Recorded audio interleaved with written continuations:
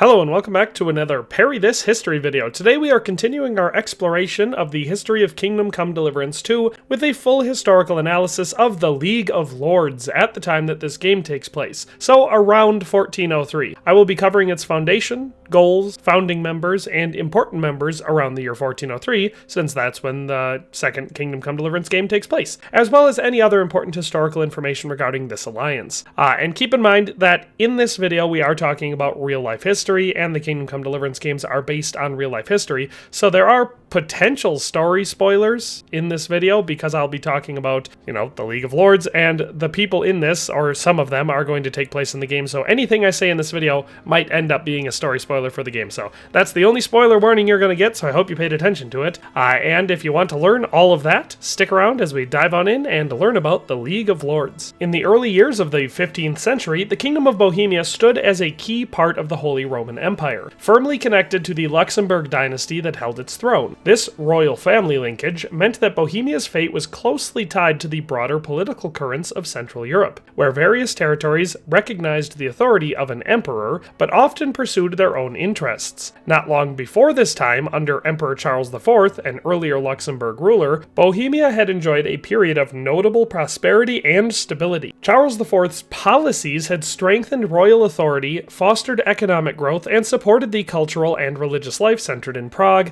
leaving behind a legacy of order and development that many remembered fondly. By contrast, King Wenceslaus IV followed in his father's footsteps, and he struggled to maintain the standards set by Charles IV's reign. Over the years, he drew widespread criticism for what many viewed as weak governance, marked by inactivity, poor attention to important matters, and the consistent favoring of certain royal factions at the expense of others. The most influential nobles, who owned large estates and carried significant military and political clout, felt increasingly overlooked. They saw the king give advantages, such as exemptions from taxes or preferential treatment at court, to a handful of individuals, while leaving others to bear heavier burdens. Leaders of the church, a powerful institution in medieval society, also grew uneasy. They expected the king to protect the church's influence and maintain respectful relations, but instead found his approach lacking. This strained relationship with both high-ranking nobles and church authorities made Wenceslaus appear even less reliable as a monarch who could balance the diverse interests of his realm. As time went on, dissatisfaction spread from the upper circles of power into the broader economic life of Bohemia. Many believed that the kingdom faced strong economic pressures, including rising taxes that fell unevenly across different groups, as well as questionable decisions about where and how to raise revenue. Under Wenceslaus, some lords and towns shouldered more than their fair share of economic burdens, while others enjoyed undue advantages. This sense of unfairness added to a growing list of grievances that included political instability, economic mismanagement, and a noticeable weakening of royal authority. The image of the crown, once so solid under Charles IV, now seemed tarnished, leaving many to wonder if Wenceslaus had the skill or will to guide the kingdom forward. In the midst of this dissatisfaction, a potential alternative appeared in the form of Sigismund of Luxembourg, who was not only Wenceslaus's half-brother, but also the King of Hungary. Sigismund's reputation suggested that he would be more active and decisive than Wenceslaus, and could perhaps address the kingdom's problems more directly. Many Bohemian nobles, fed up with what they saw as the king's lack of leadership and fair governance, began to look to Sigismund as the one who might restore balance, reduce favoritism, and correct the kingdom's drifting course. It was under these circumstances, frustration with the sitting king, nostalgia for a more stable past, and a belief that a stronger hand was needed, that the stage was set for a powerful coalition of lords to form and rally around Sigismund as the solution to Bohemia's deepening troubles. By the year 1402 and even into 1403, the widespread discontent with King Wenceslaus IV's rule had taken on a more organized shape, as a group of powerful nobles and significant church figures within Bohemia came together to form what became known as the League of Lords. Unlike some movements that rally around a single charismatic leader, this coalition emerged from a shared understanding among multiple high-ranking aristocrats and influential clergy who recognized that their collective strength could push for change in ways that individuals acting alone never could. These men joined forces at a time when they felt that Wenceslaus's inability to manage the kingdom properly, his his unwillingness to engage fairly with noble and church interests, and his habit of giving undue advantages to favored courtiers were all weakening Bohemia from within. Central to the League's purpose was a desire to correct what they saw as systematic failures in royal governance. They wanted not only to stand against Wenceslaus's poor management and preferential treatment of certain factions, but also to reshape the rules of succession, the way taxes were collected, and the manner in which decisions affecting the kingdom were made. They believed that Bohemia, once stable and prosperous, needed a stronger guiding hand to restore its former glory and secure its political future. In their eyes, placing Sigismund of Luxembourg on the Bohemian throne would achieve precisely that, since he was known for being more energetic and direct in dealing with matters of state. Sigismund's rise, backed by these nobles, would mean not only the end of uneven governance, but also the restoration of a stronger, more effective central authority that could lead Bohemia forward. The League's vision was not presented as a reckless grab for power, but as a moral and just cause, a righteous person to a kingdom drifting off course. Certain church leaders endorsed their plan, lending it spiritual credibility and implying that their goals were supported by God's will, not just by political necessity. Beyond the kingdom's borders, Sigismund offered the League external support and a form of international backing,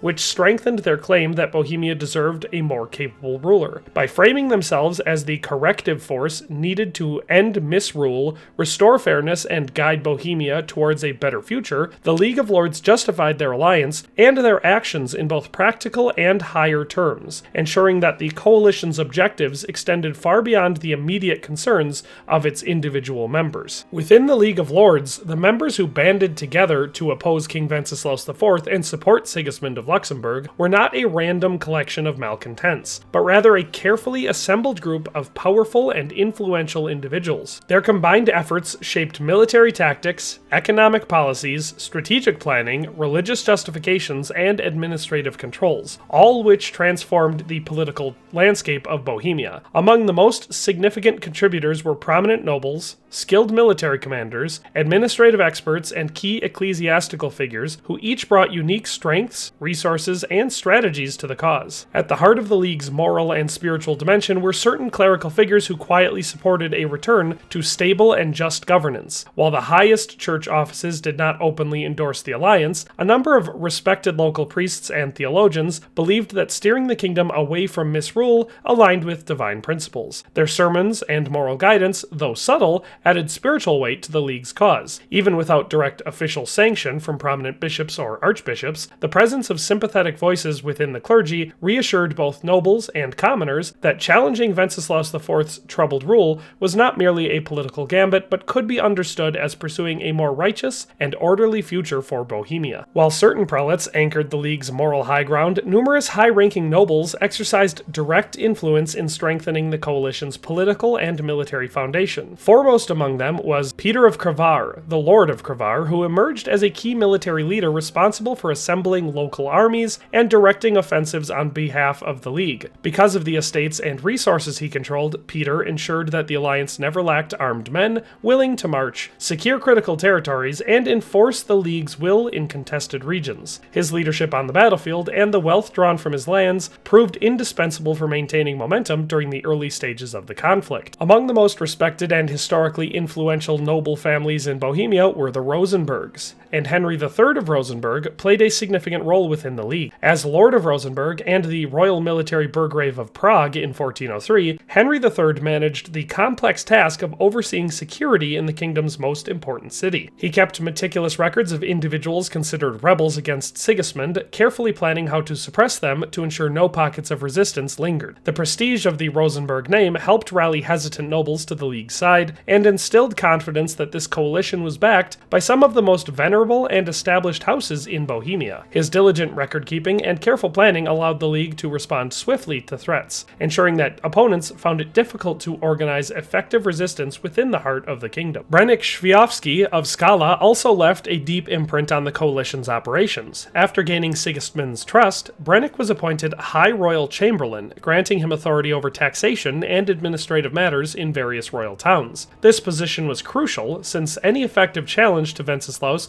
required not just armies, but also the steady flow of income to pay soldiers, feed workers, and maintain stronghold. Brennick ensured that tax policies and revenue collection ran smoothly under the League's influence, and by carefully managing these economic levers, he made sure that the coffers never ran dry. Even more importantly, he had the power to authorize military commanders for operations such as the key offensives to capture Kutna-Hora, one of Bohemia's richest and most strategically vital towns. Military strategy demanded not only funding but also capable planners at the helm, and in that capacity, Henry of Hradec emerged as a central figure. As Lord of Hradec and the Royal General Prior, he carried the weighty responsibility of directing strategic military planning across the League's widespread forces. Henry of Hradec ensured that disparate nobles and their private armies worked in harmony rather than as fragmented units. Through his overarching guidance, the League transformed from a loose coalition of angry lords into a coordinated military machine capable of holding strategic castles, defending important trade routes, and launching well-timed attacks against Wenceslaus's remaining loyalists. Still no army marches without sound economic foundations, and it was Uldrich Vavek of Hradec who assured the League's financial stability from its most vital source, the mint. Uldrich, as Lord of Hradec and appointed Mint Master of Kuttenberg in January 1403, commanded the production of currency at one of Europe's richest silver mining centers. Controlling the mint allowed him to stabilize Sigismund's finances in Bohemia and ensured that fresh coinage was always available to pay mercenaries, fund fortifications, and support long campaigns. Without Uldrich's careful oversight of the mint and the steady flow of silver, the League's ambitious plans might have collapsed under the weight of unpaid troops and empty treasuries. Not all members confined themselves to administrative duties or conventional military campaigns. Havelmedic of Waldeck, a member of the Waldeck noble family, contributed significantly by bolstering the League's defensive capabilities, notably through the construction and fortification of castles like Trotsky Castle. In addition, he was known for employing forceful methods against those who resisted the League's influence, whether through aggressive raids, strategic intimidation, or swift punitive actions. Medic's approach served as a warning that defiance would not be taken lightly in an era when symbolic gestures and decisive shows of strength could shift loyalties. His readiness to use stern measures demonstrated to potential adversaries that challenging the League of Lords came with a serious risk. Within the city of Kuttenberg, known as Kutna-Hora in Czech, the economic jewel of Bohemia, stood the formidable Ruthard family, guided by the leadership of Kunzlin, also recorded as Kuklin, Ruthard of Malisov. This family wielded immense power due to their control over key assets, such as several mines in the Kuttenberg area, Fort Malisov domain, and Hradec Castle, as various other localities in the area. Their grip on the region's mineral wealth and their active participation in municipal courts allowed them to enforce League policies on the ground. The Ruthards' exploitation of miners, combined with their legal authority, meant that they could efficiently root out rebels and secure a steady supply of silver by cooperating closely with Sigismund's officials and aiding in the pursuit of those loyal to Wenceslaus. The Ruthard family helped maintain a firm economic and judicial order that served the League's larger aims. Equally important to the coalition's success was Smil Flashka of Pardubice, who held the title of Lord of Pardubice and the position of Royal Military Governor of Czaslau. His personal hatred for Wenceslaus IV, fueled over many years, drove him to join Sigismund's cause early on. Pardubice, a region with its own wealth and resources, contributed significantly to the League's economic engine. Smil Flashka brought both money and armed men to the struggle, and he personally led critical military efforts, including the victorious Battle of Lochy on August 13, 1403. At Lochy, he helped crush the Kuttenberg Rebellion, thereby ensuring that this key economic center stayed firmly under the League's control. He also played a pivotal role in the sacking of Skalitz and capturing of Kutna-Hora, both of which weakened Wenceslaus's positions and reinforced the League's dominance. Crucial changes in the balance of power often hinge on decisive betrayals, and Markvart von Aulitz provided just that. As a military commander and the Royal Military Governor of Prague in 1402, Markvart had initially served under Wenceslaus IV. However, he turned coat and delivered the Royal Prague army into Sigismund's hands, gifting the League a fully formed and battle-ready fighting force. This single act dramatically shifted power as it deprived Wenceslaus of troops he might have relied upon to fend off the rebels. Markvart's efforts did not stop at betrayal. With newfound authority, he led campaigns that captured towns like Skalitz and Kutna-Hora, effectively tipping the scales and proving that strategic cunning and opportunistic moves could win wars as surely as wealth or raw numbers. Finally, Otto III of Burgau stands as an example of how comprehensive the League's approach truly was. He served as a provincial lord Lord, owned the Trotsky Castle domain, and held roles as royal chamberlain and tax collector under Sigismund. Otto III used these positions to manage taxation and administrative control over royal towns, thus significantly improving the League's economic foundation. Demonstrating a ruthless streak akin to some of his allies, he went so far as to initiate pogroms in Kutna Hora against Jewish communities. These violent acts aimed to destabilize royal finances, since Jewish lenders and merchants often supported royal treasury, and to secure economic primacy for the League's allied interests. Although these actions were brutal and unforgivable by modern standards, within the historical context, they served as a calculated measure to choke off any source of income that could have strengthened Wenceslaus's hand. What emerges from these varied contributions is a portrait of a coalition that combined spiritual legitimacy, noble prestige, economic intelligence, administrative efficiency, strategic cunning, military strength, and a willingness to engage in fearsome acts to achieve its ends. The League of Lords was no simple rebellion. Each member played a part that, when combined with the efforts of the others, formed a cohesive and formidable front against the reigning king. Every leader mentioned, from select church prelates' moral guidance to Henry III of Rosenberg's record-keeping, from Uldrich Vavik of Hradek's minting of coins to Markwart von Aulitz's shocking betrayal, enriched the League's capacity to challenge Wenceslaus IV and cleared a path for Sigismund's ascendancy in Bohemia. The League of Lords did not simply rely on personal influence and the force of their combined armies. They also secured a network of strongholds and critical towns that formed the backbone of their operations. Across Bohemia, they held key castles and domains that served as fortified administrative centers, supply hubs, and defensive positions capable of withstanding hostile incursion. Among these fortifications, Trotsky Castle stood out as a particularly important one. High above the countryside, its impressive defensive design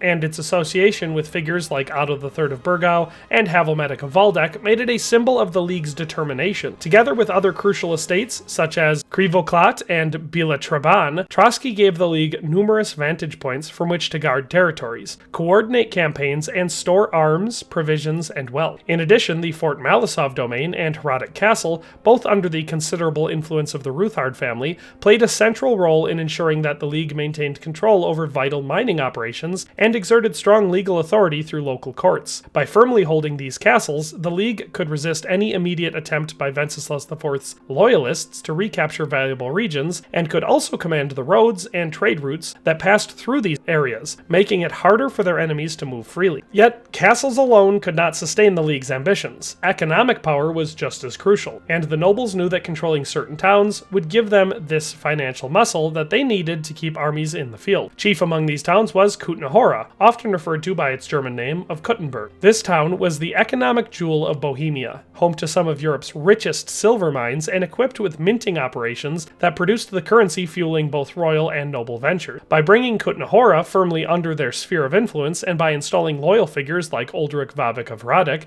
as mintmaster, the League ensured a steady flow of precious metals and coinage. Such resources financed the recruitment and payment of troops, the construction and repair of fortifications, and the supply of necessary equipment for their armed forces. Without the wealth extracted from Kutna Hora's mines, and without its established mint producing reliable currency, the League's campaigns might have ground to a halt. Beyond Kutna Hora, the League's influence extended to other significant urban centers and regions that provided them with trade revenues, manpower, and more stable forms of daily income. Pardubice, under the lordship of Smil Flaska, brought not only economic strength but also a steady supply of eager soldiers. Pilsen and certain districts of Prague lent credibility, population, and commercial links to the coalition's cause, giving the nobles access to goods, craftsmen, and merchants who could support their undertakings in countless practical ways. Taken together, the control of these towns allowed the League to impose taxation, direct trade routes, and ensure that valuable resources, whether in grain, metal, or coin,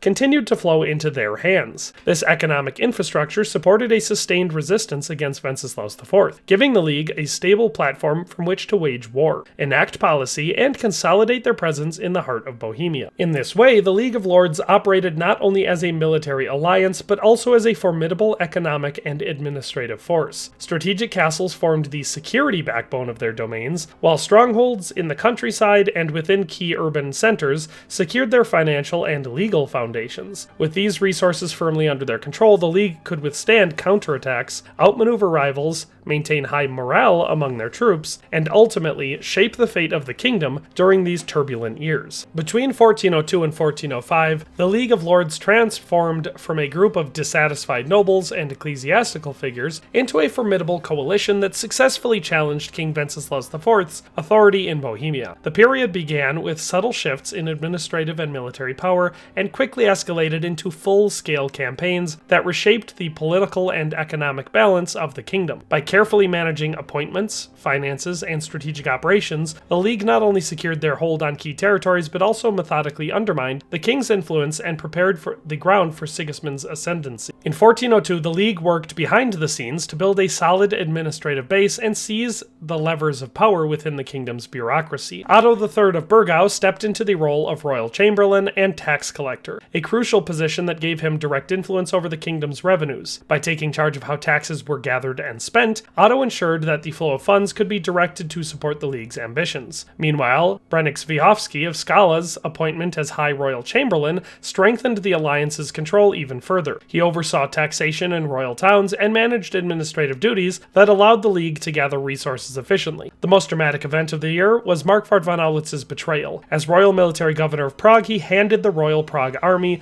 a force Wenceslaus IV would have relied upon, over to Sigismund. This sudden transfer of a key military asset immediately boosted the League's prospects, shifting the balance of power and making it more difficult for Wenceslaus to mount a successful defense. By 1403, the League was ready to push beyond mere positioning and truly assert itself. Uldrich Vavek of Hradec took over as mintmaster in Kutna Hora, ensuring that the League would enjoy a steady supply of fresh currency directly from Bohemia's richest silver mines. This economic backbone allowed the coalition to finance extended campaigns, pay their soldiers regularly, and purchase essential war materials. With the mint under their command, the League no longer had to worry about running low on funds. The exploitation of Kutna Hora's resources, combined with growing administrative control in royal towns, turned economic strength into military might. This financial security translated into concrete victory. Smil Flaska of Pardubice took command of an important campaign against Kuttenberg's loyalists, securing a valuable region and proving the League's capability to defeat any local challenges to their authority. Meanwhile, Havel Medic of Waldeck's construction and fortification efforts at Trotsky Castle improved the coalition's defensive depth. His willingness to employ forceful measures against opponents demonstrated that the League would wield both military might and psychological pressure to maintain its influence. In 1404, as royalist counterattacks tried to break the League's control, coordinated action came to the forefront. Henry III of Rosenberg and Otto III of Burgau, both experienced leaders, orchestrated a series of offensives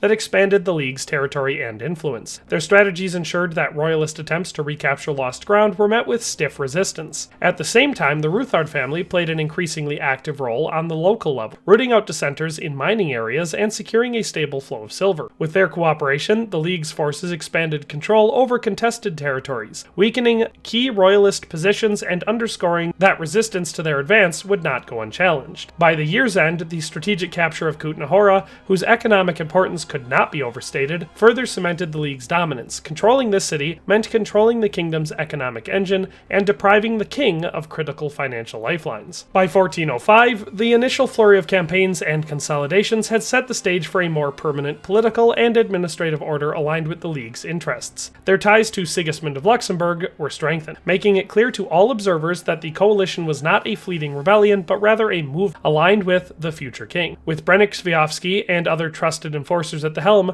any lingering pockets of resistance were systematically suppressed, ensuring the League's continued stability. The Ruthard family, firmly seated in Kutna Hora, exerted legal authority through municipal courts, shaping outcomes that favored the League and preventing any attempts to revert the city's allegiance. Uldrich Vavek of Hradec's minting operations continued without interruption, guaranteeing that coins flowed freely into the League's coffers. This constant financial solvency supported standing armies, maintained castle garrisons, and funded further projects that strengthened Sigismund's eventual claim on the Bohemian throne. Over these critical 3 years, each calculated move, whether administrative appointments, minting policies, fortress constructions, decisive battles, or acts of intimidation, contributed to the grand strategy that reshaped Bohemia's political landscape. The League's steady progress from quiet quiet consolidation to open warfare, followed by the establishment of long-term governance structures, demonstrated their capacity not only to challenge a sitting king, but to build a more durable power base ready to support their chosen successor. The League's overall success depended on a combination of well-coordinated financial, political, and military strengths that worked together to undermine Wenceslaus IV's authority and advance Sigismund's claim to the throne. Financially, the League anchored itself in the rich silver mines of Kutna-Hora, where figures like Ulrich Vavek of Hradec oversaw a steady flow of newly minted currency. Control of taxation within royal towns, like Kutna-Hora and Prague, and the targeted redistribution of wealth through courts firmly under their influence enabled the coalition not only to pay their armies, but also to reward loyalty and punish resistance. Politically, their open alignment with Sigismund of Luxembourg gave the League external legitimacy and potential military aid from outside Bohemia. This connection, combined with noble support from leading families like the Rosenbergs and the Ruthards, and the spiritual endorsement of ecclesiastical authorities, helped unite a broad front of dissatisfied aristocrats, clergy, and citizens behind a single cause. Military strength completed the equation. The League fielded well-equipped forces composed of knights, infantry, and local militias, led by experienced nobles who knew how to wage campaigns, both in open battle and through strategic captures of key points. Their carefully chosen strongholds included fortified castles and well-guarded domains, provided depth and security, ensuring that no counterstrike from the king could easily dislodge them. The support of the Ruthard family with its firm grip on vital mining regions, and the shocking betrayal of Markvart von Aulitz, who handed over the Royal Prague army to Sigismund's side, sealed the League's military advantage. Together, these intertwined forms of power, wealth gathered and managed through mines and taxes, political unity forged by noble and ecclesiastical ties to Sigismund, and martial dominance enforced by disciplined armies and strategic fortresses, positioned the League of Lords as a formidable force that could match and ultimately outmaneuver the fading authority of Wenceslaus IV. The prolonged struggle and shifting alliances of the early 1400s did not occur without leaving deep marks on Bohemian society and its future course. As the League of Lords fought Wenceslaus IV's supporters, the kingdom's trade routes became unsafe and unpredictable. While farmlands and local markets suffered damage from roving armies and forced levies, ordinary people experienced shortages, higher prices, and constant anxiety as merchants hesitated to travel, and peasants struggled to protect their fields. The breakdown of stable commerce and agriculture meant that even as certain nobles and towns grew richer through the League's clever exploitation of mines and taxes, others faced hardship and ruin. One of the darkest chapters during this period was a series of pogroms directed against the Jewish community in Kutna-Hora, instigated by Otto III of Burgau, and supported by the League's regime. These violent acts targeted a group that had long played an important role in local trade, finance, and craftsmanship. By forcibly removing or killing Jewish merchants, lenders, and artisans, the League disrupted the existing flow of credit and goods, inflicting a tragic human loss and contributing to a climate of fear. These events not only shattered individual lives, but also weakened the complex economic networks that bound Bohemia's towns and countryside together. This atmosphere of social tension and eroding royal authority paved the way for even greater turmoil in the decades to come. With Wenceslaus's power effectively undermined, and Sigismund's not yet firmly established as a widely respected force, the kingdom's central structure began to fray. The cracks in the traditional balance of power and the growth in noble autonomy created conditions ripe for future conflicts, most notably the Hussite Wars, that would erupt in the aftermath of Jan Hus's execution in 1415. The religious and social upheavals of the Hussite era would owe much of the weakness laid bare during the League's dominance. By exposing how fragile the old order truly was, how easily towns could be captured, mines exploited, armies rearranged, and communities divided, the League's actions planted seeds of unrest that would sprout long after their own immediate goals were met. In the shorter term, the League's impact also helped shape Sigismund's eventual ascension to the Bohemian throne. Without the League's support, Sigismund might have lacked the economic and military muscle to challenge Wenceslaus so effectively. The coalition's backing offered him a platform from which to claim legitimacy and build influence. Yet, as time passed, the once unified noble coalition began to fragment. Individual lords pursued their own interests, and the common purpose that had brought them together faded as new problems emerged and old ones shifted. This fragmentation mirrored the broader patterns of instability that would dominate Bohemia for decades. Even after Sigismund took power, the kingdom would struggle with the lingering effects of the League's actions, the resentment left behind by their methods, and the continuing economic and social tensions that set the stage for the Hussite Wars. By challenging the reigning king so openly and successfully, the League of Lords played played a decisive role in altering Bohemia's political map, creating a legacy that would influence the region's fortunes and misfortunes for generations to come. In the early 15th century, the League of Lords emerged as a decisive force that reshaped Bohemian leadership, accelerating the transition from Wenceslaus IV's waning authority to Sigismund's eventual rise by combining well-organized military campaigns, astute economic control, strategic political alliances, and at times, ruthless social tactics. The League demonstrated how a coalition of nobles and clerical figures could challenge and even destabilize the old ruler of kingship. Their concerted efforts did more than just seat a new ruler on the throne. They influenced Bohemia's governance, redirected its finances, disturbed its social balance, and carved out a lasting place in its collective memory. The League's maneuvering affected regional dynastic struggle, shaped the conditions leading to the Hussite Wars, and set in motion changes that would reverberate through religious and political conflicts across Central Europe. Their actions highlight an important historical moment when powerful nobles, instead of bowing to a weakened crown, engineered their own path to influence and reform. Looking back, the League's story offers fertile ground for deeper exploration, delving into the personal archives, letters, and charters of their individual noble families that formed its backbone may reveal more about their motivations, their strategies, and the delicate negotiations that kept them united. A comparative study of similar noble coalitions elsewhere in the Holy Roman Empire, or even in other European regions, could shed light on whether the League of Lords was a unique phenomenon, or part of a broader trend in late medieval politics. Investigating the links between their methods and the eventual outbreak of the Hussite Wars might clarify how the collapse of central authority, economic pressures, and religious strife traced their roots back to this period of noble intervention. By examining these avenues of research, scholars can better understand the League's lasting impact and its place within the larger tapestry of European history.